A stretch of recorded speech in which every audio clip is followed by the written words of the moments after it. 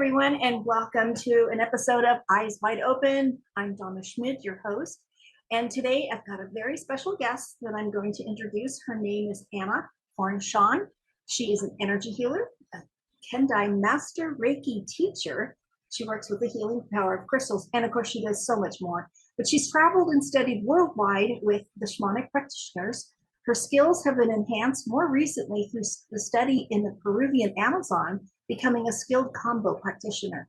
Administration of this purgative frog medicine allows clients to experience deep transformation and regeneration on all levels, body, heart, mind, and spirit, which can lead to major life shifts. And today she's going to be sharing information not only about that particular modality that she does, but also how she got to be a teacher and practitioner.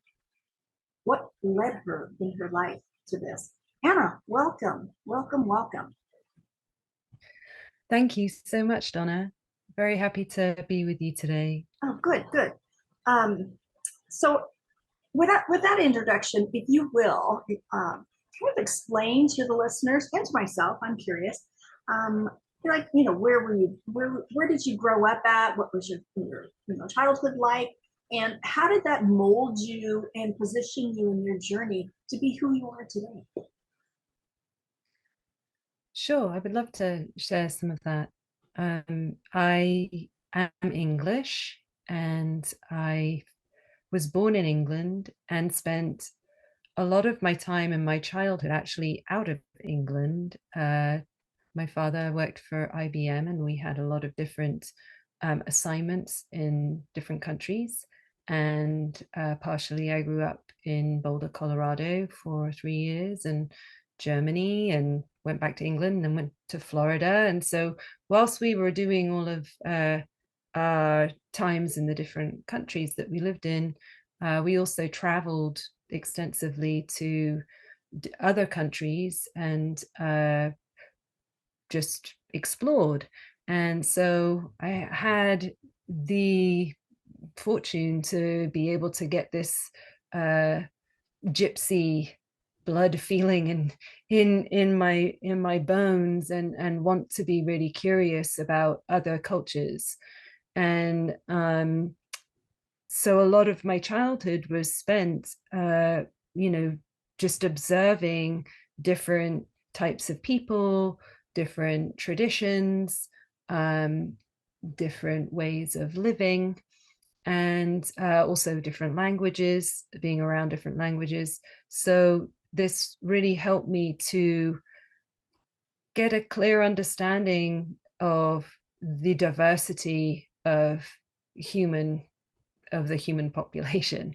And I would say that the first time that I ever really came into contact with crystals was when I went with my father to a natural history museum when we were living in Germany.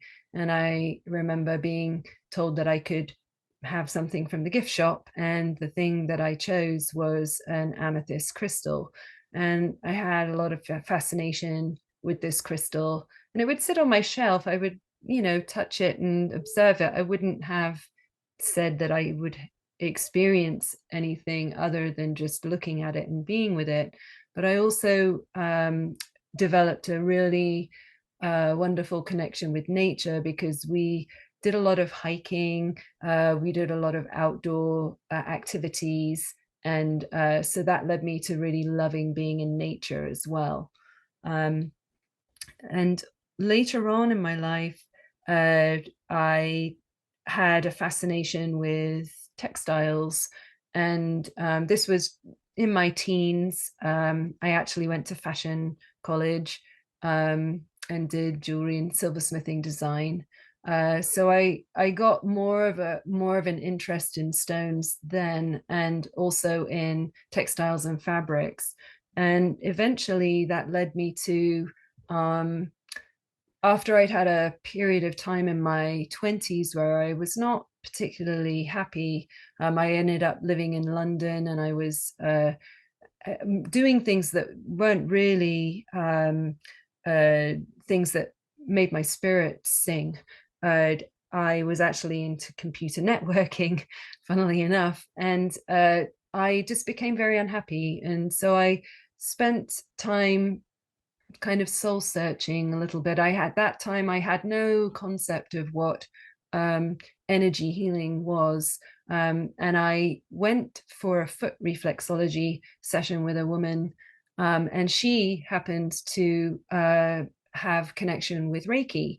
And I didn't know what Reiki was at that time. I just remember when I had this reflexology session with her that I had this sensation of different things moving in and out of my body, and that I actually felt like I was extended outside my body, and I felt a lot of peace and tranquility and relaxation.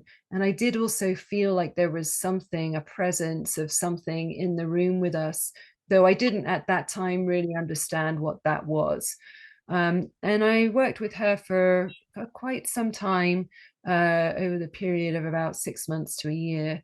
And it just kind of piqued my interest. But yet at that time, I wasn't really ready to have these kinds of experiences myself of their own volition. And so anyway, because I was still kind of processing having a time that was difficult for me, I decided to go and do a volunteer project in Mexico with an indigenous tribe of Indians that are very connected to textiles, um, called the Huichol Indians. And they are fairly nomadic, but they do have places where they have villages that they or compounds that they live in.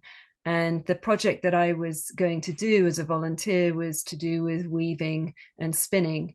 And so I spent some time with them in their in one of the villages there, and was in the Puerto Vallarta region when I wasn't staying with them, and just got into being connected with a lot more people who were also involved with the Huichol Indians, and helping them sell their artwork, and their textiles, and just being around them and being in ceremony with them, and just really becoming fascinated with the spirit world. I also then had the chance to become uh, initiated into the Reiki, the Sui Reiki lineage, which is the Western Reiki. And I went through the process of learning how to be with Reiki over a period of years until I became a master, a Reiki master, and that was in Mexico. And then I started to work with the Reiki for healing with clients. And I was kind of shown that it would be a good idea to work with the crystals and the Reiki together. And I'd had the great fortune to have a couple of female shamans show me some ways to be able to connect with the crystals for healing. And so I started to utilize the things that they taught me. And then through my own meditations with them, was able to have the crystals actually telling me how they wanted to work with me specifically, and then help other people. And so that's what I did there for some years.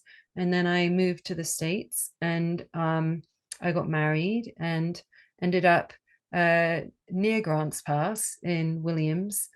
And at another time in my life when I was also experiencing the need to have deep healing, I came across Jason Kryzak in Grants Pass, who is a Gendai Reiki Master Teacher.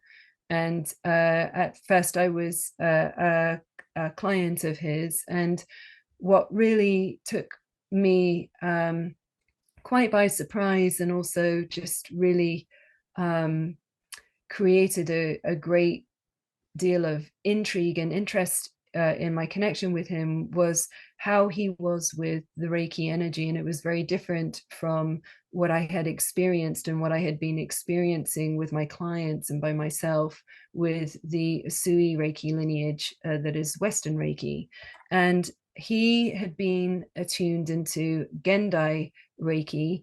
And so Gendai Reiki is a combination of the original Usui Reiki Ryoho Reiki organizational connection to Reiki, right? That's a little bit of a complicated way of saying it. Basically, Mikao Usui, who was the founder of bringing Reiki to the world in Japan, when he first set up being able to share that with others, it was through an organization called the Usui Reiki Ryoho.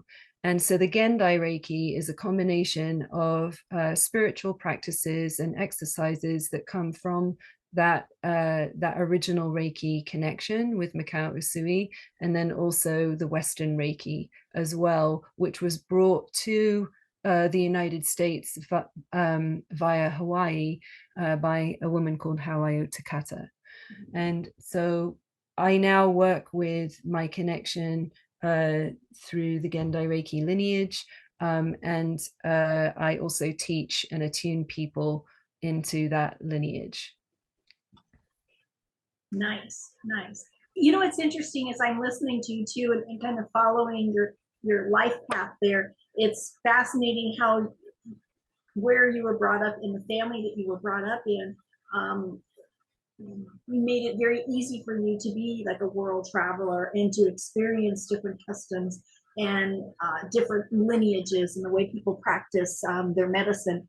And then the crystals themselves, that fascination with the crystals kind of led you and opened you up to a new pathway or a continuation of your pathway to experience Reiki. And I've actually found that Reiki seems to be like the focal point, the switch that helps to turn people on too, because like you explained with your first Reiki treatment, it was very experiential. I mean, you had an experience that happened to you that was so personal, even then it's hard to explain, but also you can never forget it. And did you feel like at some point that it fed that aspect of you that was longing for something?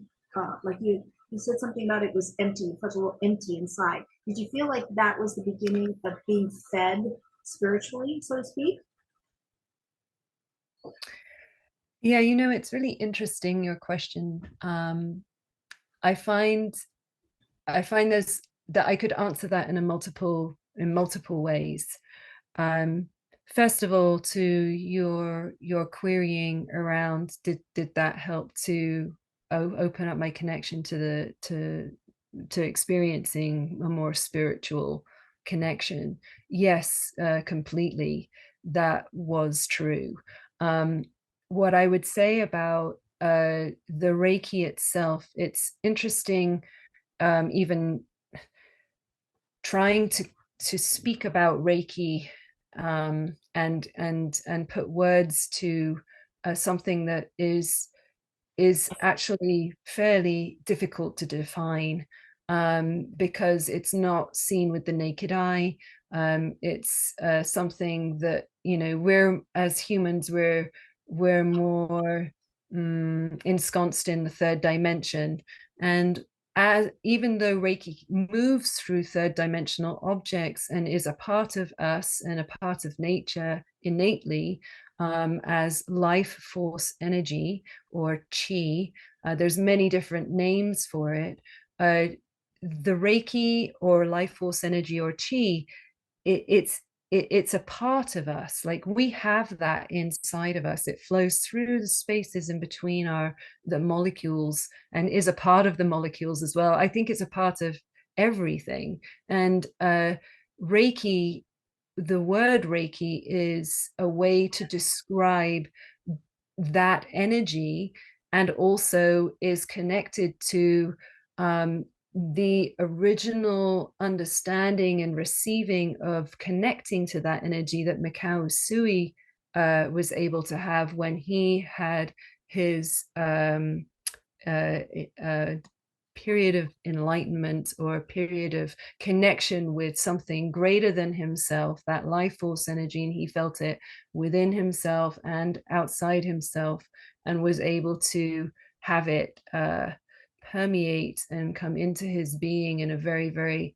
strong and potent way, so that he was able then to share that with other people beyond that.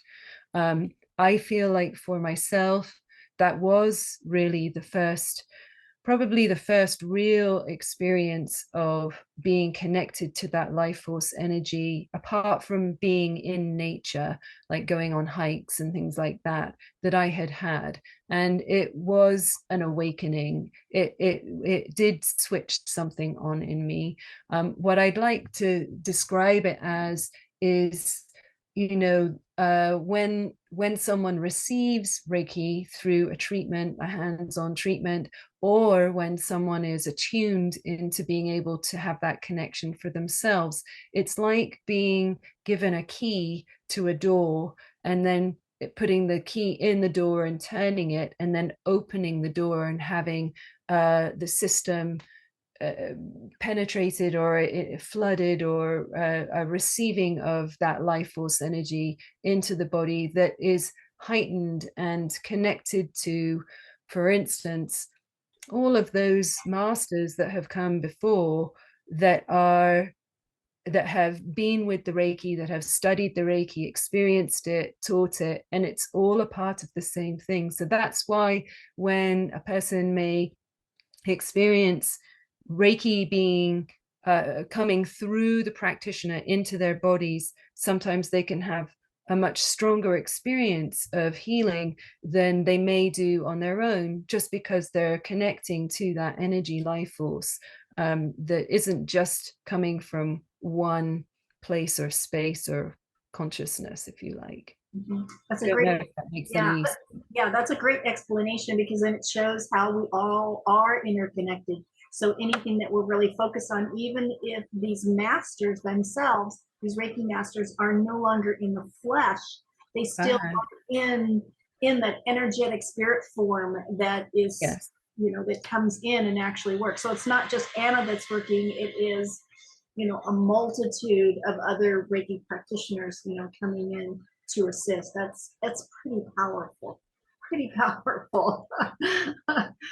Yes. That could definitely move mountains, I'm sure. So now tell us how you got involved with this frog medicine, because and also, how is that different from going like to having an ayahuasca, because that seems to be a big thing with people. I don't know if you remember, but maybe some years ago it was going in the sweat lodges just seemed to be real popular, and it worried and concerned me, because it was more of a thing to do instead of really honoring it as a sacred way of ceremony. And it kind of went by the wayside, which I'm kind of glad, because it should. But now it's ayahuasca. The big thing is now ayahuasca. Go and have ayahuasca ceremony, and that if it opens you up and it does something great, but then it's not a one-time thing. It is so powerful that it opens you up, and you just can't like stop and say, okay, I experienced it, I'm done. It's not like that. It's not like a part of your bucket list. It's something much more sacred than that. So tell me about the frog medicine, because I'm really curious. Yes, I before I start speaking about the frog medicine, I'd like to just, if I can, reflect back on some things that you have just said.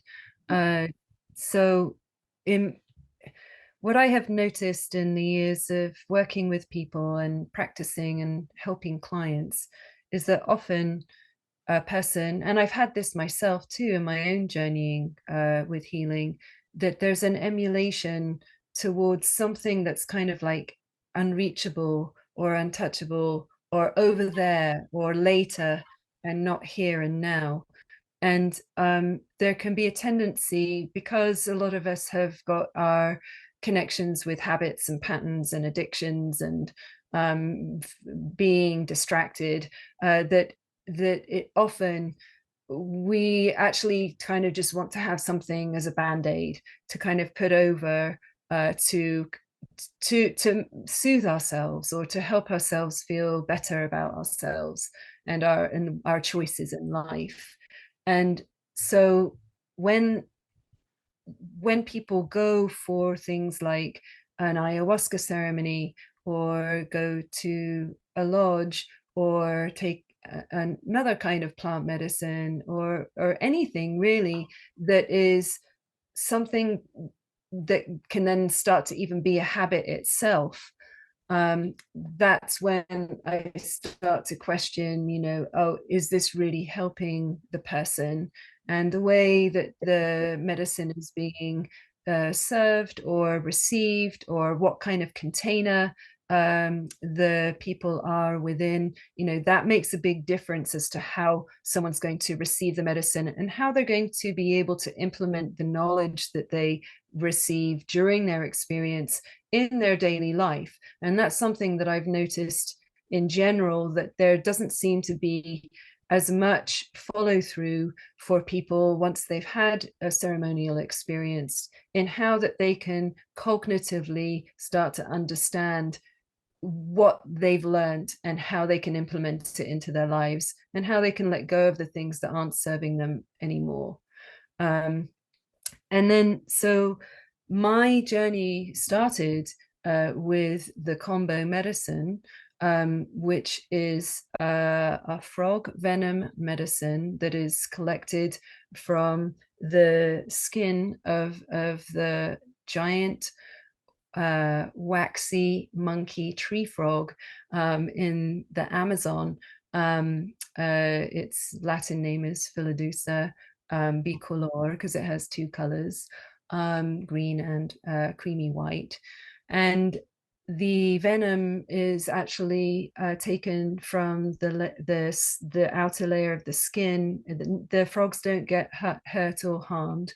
They have to be agitated in some way to produce that venom, because it's like it's something that helps them in their natural living. So, like, for instance, if a snake was going to eat the frog, it would excrete the sticky substance from its skin, and then it would send the snake into having an experience. Let's just put it that way. I don't know whether it would be that much of an spiritual experience for the snake. I can't speak to. But anyway, it's a purgative. And so what's useful about being with this medicine as a purgative, the way that the medicine works is it's not like an ayahuasca experience where you're having like a night of experience. It's not a hallucinogen, so you're not having a lot of visuals like you might with the ayahuasca or other plant medicines. It's actually a fairly fast working medicine. You would be looking at like around 35-45 minutes to an hour usually. That there are other parameters that can make it longer than that, but it just depends on the person. It depends on the strength of the medicine. It depends on the prayer or the focus or the intention that the person's bringing to that medicine as well. There's lots of different parameters. But anyway, my original way of coming to that medicine was through partaking in ceremonial plant medicines. And it actually pairs very well with ayahuasca because it's a purgative. So it helps to cleanse the body of anything that might be an imbalance within the physical body, and especially the organs, but the blood. It's very helpful for the nervous system. It's also extremely helpful for emotional challenges or mental difficulties, and also for if a person has like a severe blockage or something that's making them feel very stuck in life, it can help them to create a pathway, an opening to helping them on their spiritual path. Or even things like, oh, I don't like my job, I want to find, a different way of being in the world. It can help with all those kinds of things.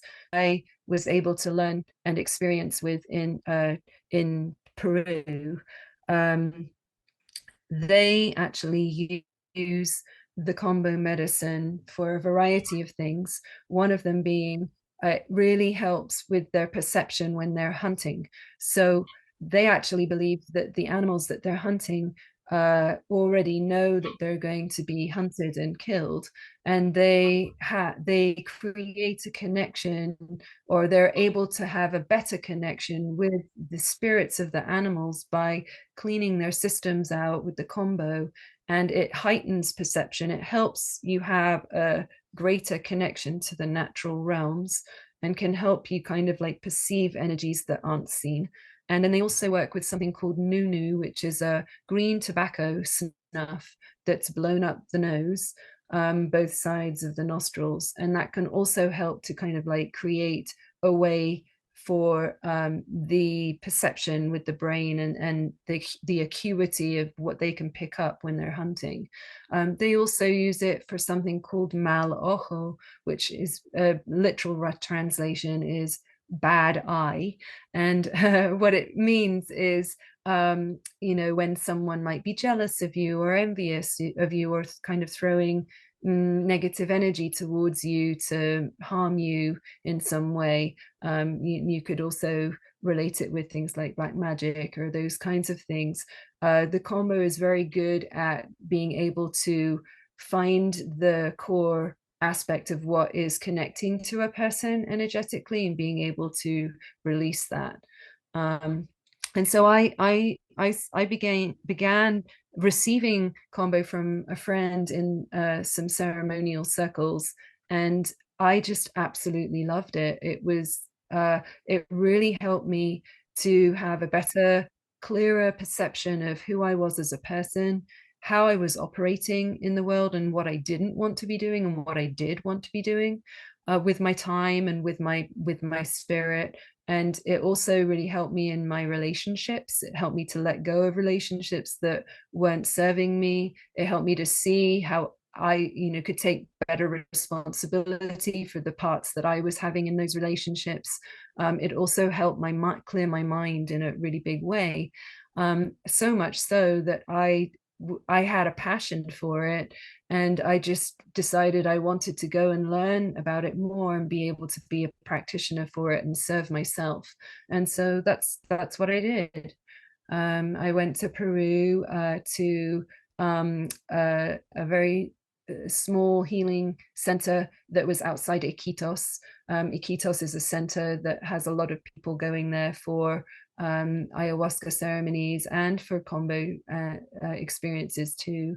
And we did what's known as a dieta with the Kambo, where you take pretty much most things out of your life, and you have a very, very simple diet. You are not in contact with other people. We were only in contact with the trainee and the trainer and the other trainees, and that was only for a certain period of time in the day, and then the rest of the time we were on our own, doing our own meditations and connecting with the medicine ourselves. And that whole process was a 2-week long training. And I really have a lot of respect for my teacher, Dayan.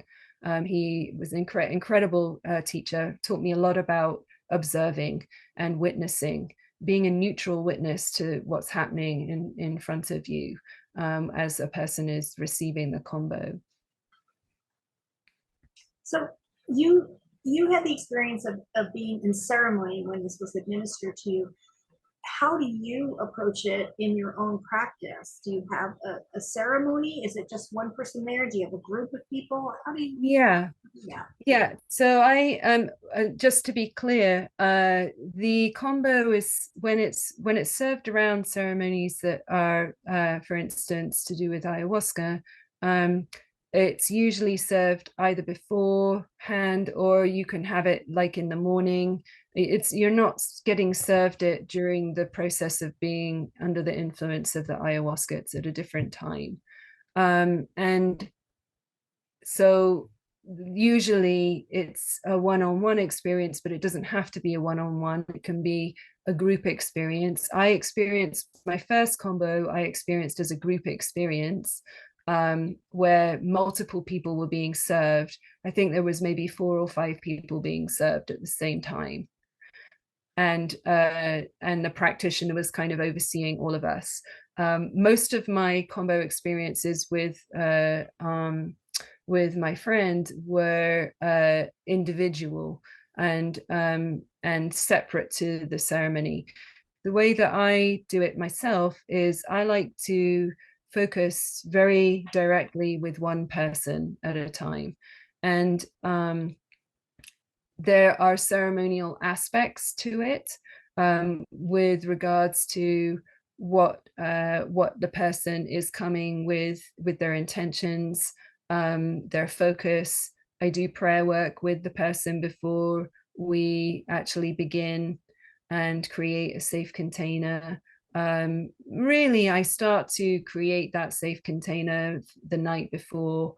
I start to prepare a flower bath that has flowers and roots and leaves of plants that both come from the Amazon and also the natural environment that I live in the Williams area. I collect tree leaves, and there's also flowers that I grow myself, and I'll create what's known as a tea, and I steep it overnight, and I put prayers into it and start to get prepared for the person to come the next day and start connecting with the Kambo medicine in my own way, this very simple way, just kind of like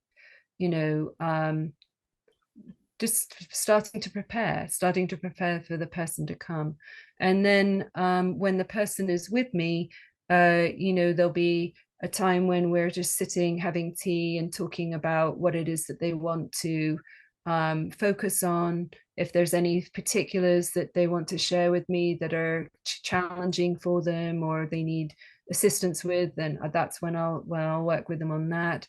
And then I take them through what's going to happen during the process, so that they're aware of the steps, so that when the medicine is on them, things aren't as much of a shock as they might be if they had no idea, because things can happen quite fast at different times depending on what kind of purging is happening for the person.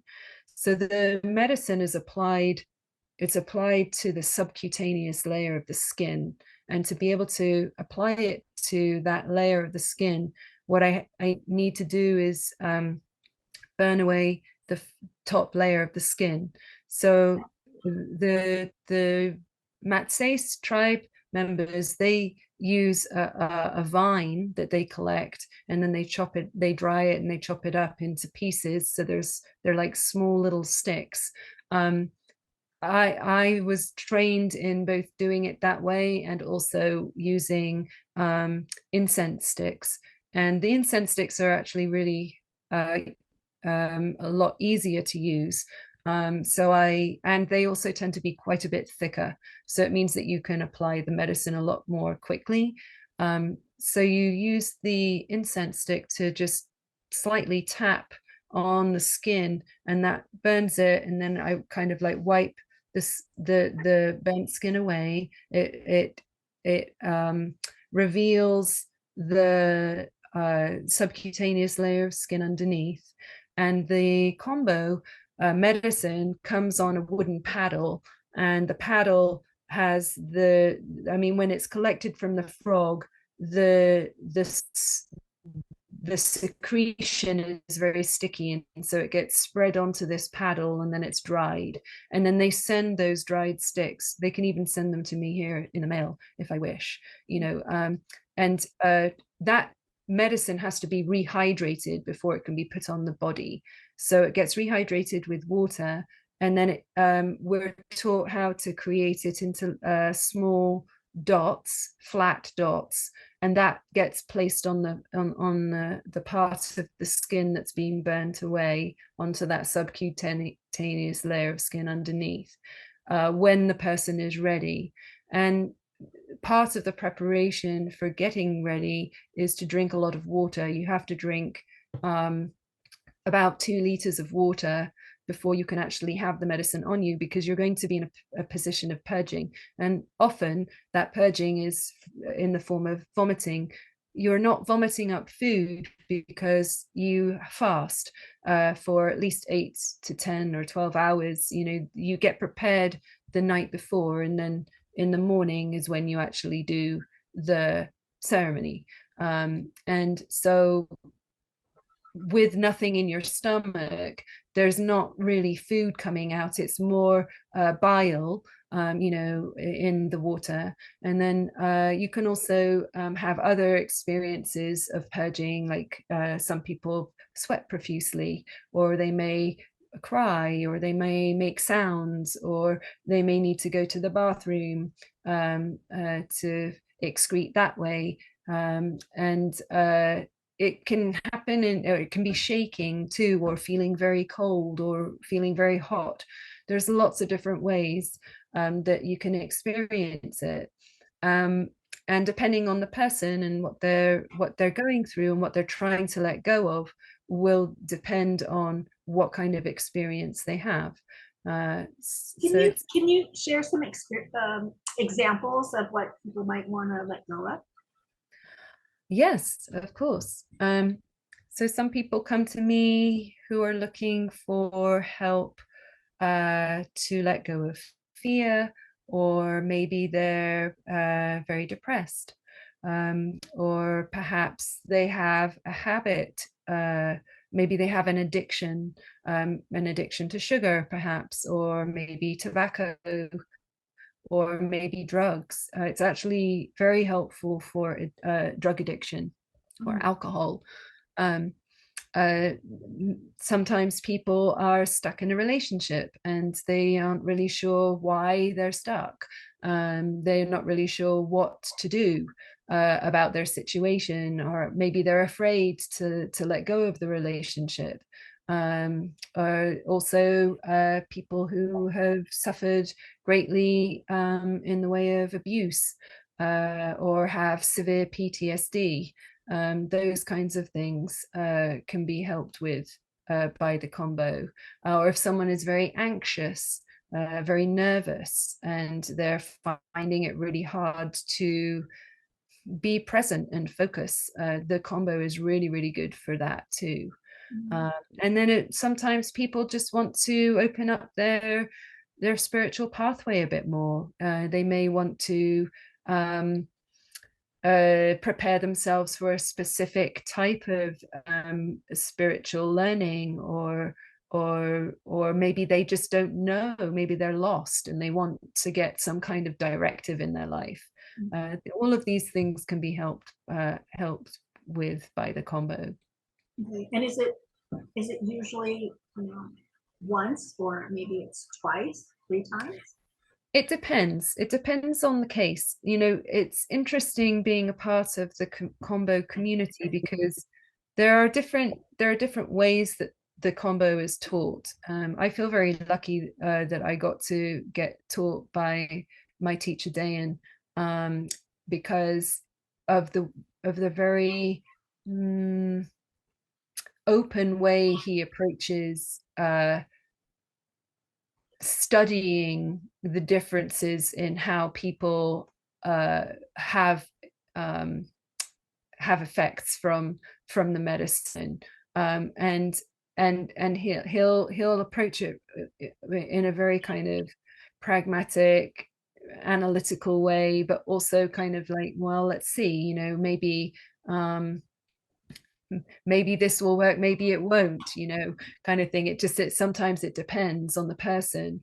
And you'll get some people will say, oh, you must do 3 sessions and they must be within a certain amount of time in the moon cycle or something like that. And that's fine if they want to do that, I just have not been taught like that. I've been taught that it's always going to depend on the individual and what's going on for the individual as to how much may or may not be the best approach for them. So sometimes a person may just have one session and that may be enough.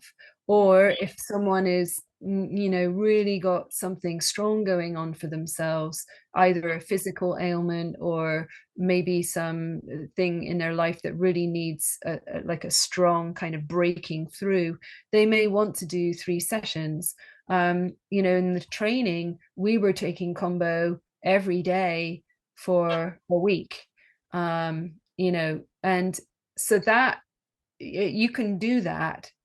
It's intense, but you can do that. It does work, but that can be a lot for somebody, because even just doing one session you need to be able to, in my estimation, at least have some downtime the rest of the day. I certainly wouldn't advise clients, booking appointments and doing a lot of driving around or visiting with people after an experience. It's important to have that downtime. But sometimes people want to do back-to-backs, 3 days in a row, or maybe they want to do one a week for 3 weeks. It's very dependent on the individual, what their body can stand and handle, and the potency of the medicine and the prayer or the focus that they're bringing as well.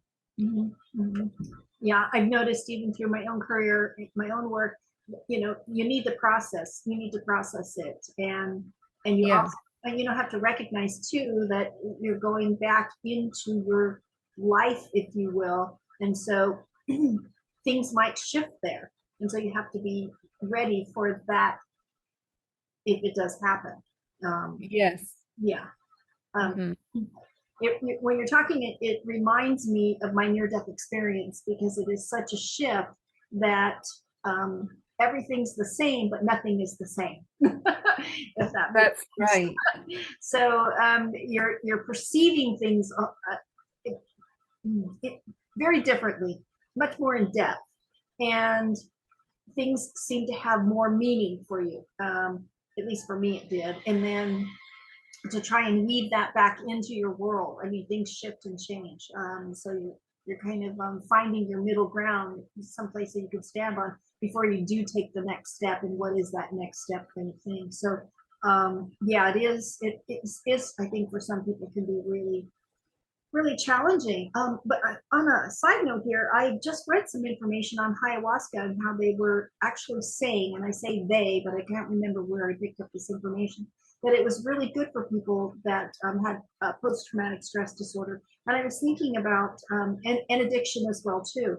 But I was also thinking about the VA, for those vets that come back from especially war areas, have a lot of PTSD, and they're really challenged with it in their everyday life. And so to me, that would really help a lot to help them through, because I don't think they get the necessary assistance when they come back, besides just pills, medication, or whatever. But yeah, it's fascinating, very fascinating. I mean, at first when you were talking about it, it's like, oh, I'm not doing this. That's a response that people have. No, not happening. But as you were talking more and more, it's like, I sparked my curiosity, and it's like, and I'm an adventurer, so even though I look at some things and go, no, not now. But yeah, I wouldn't mind trying it, actually. Give me some time to prepare myself here. But yeah, and I love the fact that you're doing it in such a sacred way, to really prepare. And when you talk about doing it the night before, getting the space ready, and the flowers, and the bath and whatever else you were talking about, it was like you're starting the preparation. Then it is the groundwork. It is you're preparing a sacred space for this ceremony to happen. And I appreciate that. I think most healers should really take that into consideration. And And I'm glad that you do. That says a lot about you and your work. So I commend you and thank you for that. I appreciate that. I do. Yeah. So how often do you do this now? Well, it's at the moment, it's as and when someone requires it and Oh, I wants meant it. for yourself. Oh, for myself. Yes, for you. Um, yeah, I haven't done, I'm actually due for one myself. You want to be careful about doing it too many times. They say, if you do it around 12 times a year, that kind of is, you don't want to be doing it too much more than that, because it does, it really purges out your system. So you don't want to be taxing your system too much. But it's a very, it depends kind of thing. I haven't actually done it for quite some time for myself. And like I said, I'm actually due. I was doing it, maybe 3 or 4 times a year, something like that. And so I'm just kind of like, you know, I took a break from it for a while, and then I was actually just administering to other people for a little bit. And but it is important to maintain that connection with the medicine, I think. And also um uh I have to test the new medicines that come. So like, for instance, one paddle is one frog's medicine, and each frog has a different strength of medicine. So, and it doesn't necessarily go along with what the size of the frog is. It could be a small frog that has really potent medicine and a large frog that has maybe less potent medicine. And the only way really to know is to try it. And so it's important for me to be able to know the medicine's potency before I'm applying it to somebody else. And so doing so is I usually do that by testing it myself. And yeah, it's, it just gives you a lot more of an understanding of what you're working with when you're working with somebody else. Because there's a lot of different parameters that have to be taken into consideration. Someone's how someone's body responds in general to medicines or plant medicines. Do they usually need a lot of medicine? Do they need a little medicine? Is the stick that I'm working with strong or kind of middling strong? You know what I'm saying? So it's kind of, there's a lot that has to be taken into consideration before I apply to someone. So it's a lot easier in general to apply to someone who's already had Kambo. When I do work with people that haven't, I always have to test, by doing just one dot, or opening one gateway. It's called a gateway when the skin is taken off the arm with the incense. So I'll put the medicine on one gateway and just observe them, see how they are responding. Because if somebody could perchance have an allergic reaction, then it would not be a good idea to put any more medicine on, and I would take the medicine that was on off. There's other parameters too, like if someone is prone to fainting, or if someone's had a severe concussion and had head injury in their life, or if they have really high blood pressure or low blood pressure. These are indications of it. It's probably best that they don't actually receive the Kambo, because at a certain time during the medicine journey, the blood pressure gets raised very high and then dips very low. And so if someone has very high blood pressure, that could actually give them a heart attack if they had high blood pressure and it was too strong for them, or it could make them faint. And if they had low blood pressure, it could go the opposite way. So there are parameters that have to be checked beforehand. And if somebody comes to me and they have some ailments, like recently I had someone who's interested in doing 3 sessions with me, who has had some challenges with her liver and gallbladder, and it's unknown at this point if she has stones, like large stones. So this is something that needs to be taken into consideration, and so I asked her to go and get checked out first before we go ahead and do the medicine journey together.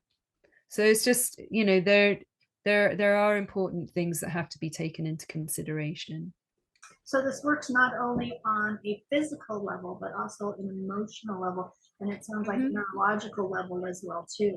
Yes. But spiritual. I mean, I think the spirituals be the after effects of being clear again. Yeah. Yeah, I think it can be, it's interesting kind of observing a person in their process of the purging, because sometimes that can actually be a very spiritual moment as they are purging. Like it can be both at the same time, especially when it's with like if someone has uh experienced black magic or has had a curse put on them, or those kinds of energies, they can actually be evacuated during the process of purging.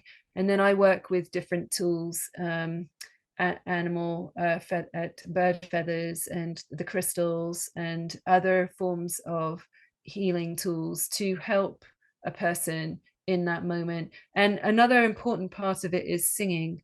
We haven't talked about sound, but I sing for someone as they are purging.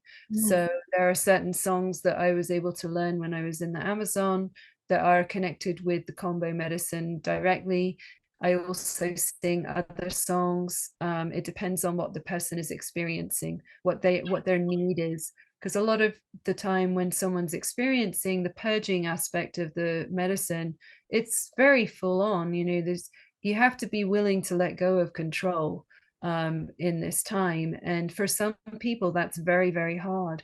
And also, if the person is experiencing a lot of strong purging, their body may be getting tired, but they may not be finished purging. So I will often utilize sound and song to help them know that they are not alone in this process, that they are safe, that they have a witness, and that they have the inner strength inside themselves to get through this. Because that's often a big part of it, is helping people to come to their own connection to their own source of power within. I think that's probably the most important thing. Yeah, it is. Because we tend to give our power away, especially in the Western medical health. We rely on either prescriptions or what the doctor says, or what the treatment is, and we give that all up and just do what we're told to do, and not listening, not really expressing what we're feeling and what reaction we're having with it. Yeah, exactly. It's we're encouraged in the Western world to have a very passive experience with our own health. And so not just the Kambo, but also the Reiki and the crystal work that I do, and then I also work with other things too. My main thing is to be able to help people to take control, or to allow themselves to be connected to their own source of strength, and take on responsibility for their part in their own healing, so that they can actually become their own healer. That's what I focus on with people. Yeah, that's powerful. That's really powerful. Yeah, great. Yeah. And that would be great for everybody to experience that, no matter who you are or what's going on with you, just to experience that, because it is a huge transformation. It's huge. Yeah, the potential is incredible, actually, what can happen with just taking the reins for oneself. Yeah. And being connected to something outside of oneself, to be able to find answers with spirit, with the connection to spirit. Yeah, absolutely. I totally agree. Big difference. Well, Anna, if our listeners are interested, how can they learn more about you? Do you have a website? Yes, I do have a website. It's at annafornachon.com. That's ANNA, F for Freddie, ORNACHON.com. And you can get in touch with me at the website. There's like a little chat window that you can click on and send me a message. It will come straight to my phone. And we can set up appointments, or if you have questions, I'm happy to answer questions. And there's a lot of information on my website about the different types of modalities that I do, and the allies that we can have in our healing baskets, and the ones that I use. And then also you can book appointments with me through my website, or you can just connect with me and then we can figure out a time that works for us both for that. And I also have a connection to doing the Gendai Reiki attunements through my website. I actually have one coming up this next weekend, if anyone is interested. Okay. I don't know when this is going to be aired. I don't either. I just know it. And I know you actually teach the Reiki as well. Yes, yes, I do. And then what about if someone's doesn't live near Williams, Oregon? What if they live, a few hundred miles away or across the sea? Yes. Able to do certain things over our wonderful internet? Yes, I can. The amazing thing about the way that I have been able to get connected with the Reiki, and also other people do as well, is through long distance. Reiki can be received whether a person is in the presence of the Reiki practitioner or not. There are certain ways to connect with the Reiki where it can be sent to where it's actually the person is, in their own DNA, whether it's where I am or not. And that's also true of working with the crystals as well. So I do remote crystal and Reiki sessions for people. And it really doesn't matter wherever you are. Even if you didn't have an internet connection, I could still do that for you. And I also work with radionics machines as well, which are working through the quantum field and using orgone generators. And if I have someone's, like a piece of someone's hair or a nail or some kind of DNA material of theirs, then I can send focus intentions and Reiki with crystals through the radionics machines to them too. Nice. And that's explained on my website as well, about the radionics machines. Great. So would you be interested in coming back on and talking a little bit more deeply about the radionics machine? Of course, I'd love that. Yeah. All right, well then we'll plan that ahead. And I want to thank you again for coming on and sharing what you do and how you got there to do what you do. And I hope that it helps other people that are listening, or maybe the ones that are listening might share it with others too, which always brings me to the please like, share button, and leave that at the end. You notice I didn't sell any t-shirts or any coffee mugs or anything like that. Yeah.